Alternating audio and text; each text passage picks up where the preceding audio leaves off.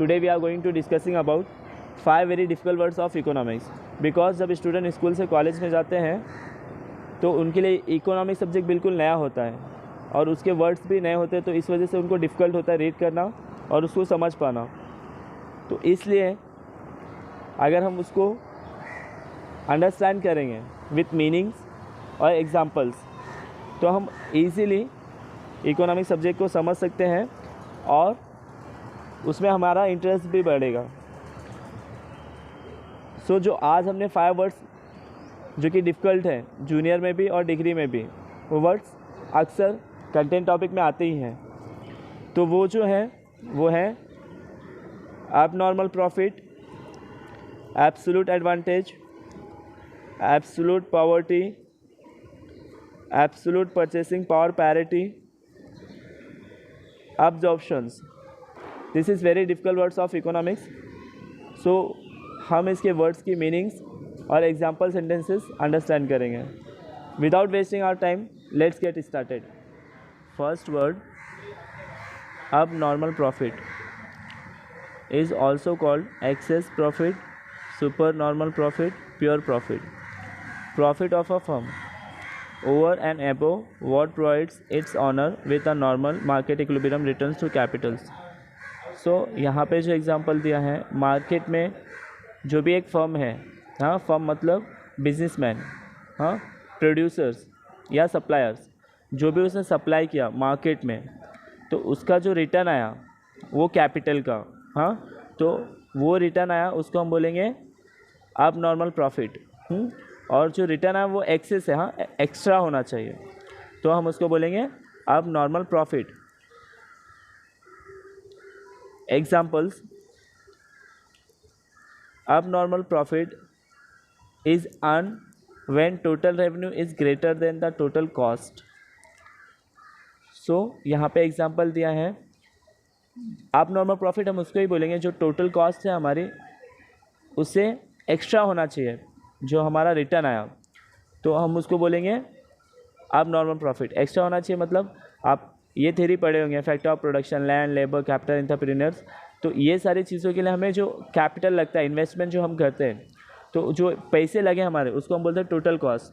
तो उसका जो हमारा रिटर्न आया, हाँ रिवॉर्ड जो है उसके रिवॉर्ड्स, तो वो फैक्ट्री के लिए जो हमने पैसे लगाए उसका जो रिवॉर्ड्स आया तो हम उसको बोलेंगे हमारा अब नॉर्मल प्रॉफिट, जो भी एक्स्ट्रा पैसे आए मार्केट से। Second words absolute advantage. Absolute advantage an economic concept that is use to refer to a party's superior productions capability. मतलब जो भी सुपेरियर प्रोडक्शंस है उसकी कैपेबिलिटी उसको रिफ़र करते हैं। सुपेरियर मतलब expensive. Specifically it refer to the ability to produce a certain goods और service at a lower cost than another party और मोर एफिशिएंटली। सो यहाँ पे दिया है कि जो भी एक पर्सन है या मशीन्स है, तो जो भी हमें लोअर कॉस्ट में, हाँ और एक्सपेंसिव सुपेरियर वर्क करके देगी, प्रोडक्शंस करके देगी या सर्विस देगी, तो हम उसको एब्सोल्यूट एडवांटेज कहते हैं। ठीक है, और इसका यूज़ कौन करता है? इसका यूज़ फर्म करते हैं, businessman. Okay, examples, absolute advantage in agriculture production relative to some other countries. देखो यहाँ पे दिया है जो फर्टिलाइज़र लैंड होते हैं, फर्टिलाइज़र और नॉन फर्टिलाइज़र लैंड। तो एब्सोल्यूट एडवांटेज किसमें हमारे को? जो फर्टाइल लैंड है, हाँ जिस पे हम एग्रीकल्चर कर सकते हैं। ठीक है, ये एग्जांपल दिया, और एग्रीकल्चर कर सकते हैं और कैसे? लोअर कॉस्ट में। Absolute poverty meanings when household income is below a certain level which makes it impossible for the person or family to meet basic needs of life including food, shelter, safe drinking water, education, healthcare. सो यहाँ पे absolute poverty आप easily understand कर सकते हैं। क्या है इसका मतलब कि जब भी कोई लोअर पर्सन है या अपर पर्सन है, मतलब वो कोई भी फैमिली से बिलोंग करता है, लेकिन उसके जो बेसिक नीड्स है ना, ये इम्पोर्टेंस है, ये सबको लगते ही हैं।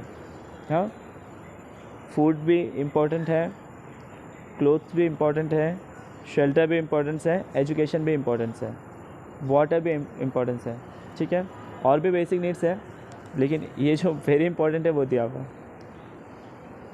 Examples, absolute poverty is caused by debt, world populations increase, natural disasters, conflict and child labor। So absolute poverty का जो रीज़न है ना वो है नेचुरल डिजास्टर्स, जो भी नेचुरली डिजास्टर्स होते हैं ना वो, और कॉन्फ्लिक्ट जो होते हैं वो, और चाइल्ड लेबर, ठीक है। An example of absolute poverty includes 12 years old boy who has never been to see a doctor or attend school। जो एक 12 साल का बच्चा स्कूल नहीं जाकर वो जॉब को जा रहा है, मतलब 12 साल का बच्चा जो जॉब कर रहा है वो इलीगल ही है, तो वो वर्क कर रहा है, तो ये क्या है, ये भी एब्सोल्यूट पॉवर्टी है। अगर उसके घर में इतने एफिशिएंट होते हैं कि उसकी जो बेसिक नीड्स है वो फुलफ़िल कर सकते हैं, तो वो बॉयज़ जो है वो जॉब पे नहीं जाता।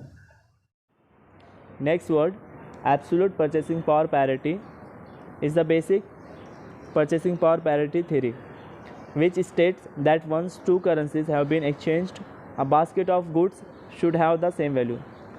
अब मीनिंग अंडरस्टैंड करेंगे, ये एक्चुअली थ्योरी भी है, ठीक है, purchasing power parity theory.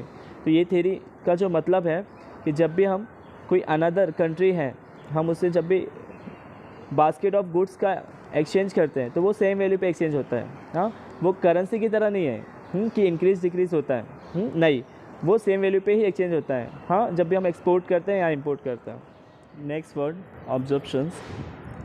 Meanings, absorption is the total demand for all final marketed goods and services by all economic agent resident in an economy regardless of the origin of the goods and services themselves. हम understand कर सकते हैं कि observe मतलब observation है। So economic agents के observation रहते हैं कि मार्केट में डिमांड कितनी है गुड्स एंड सर्विसेज की।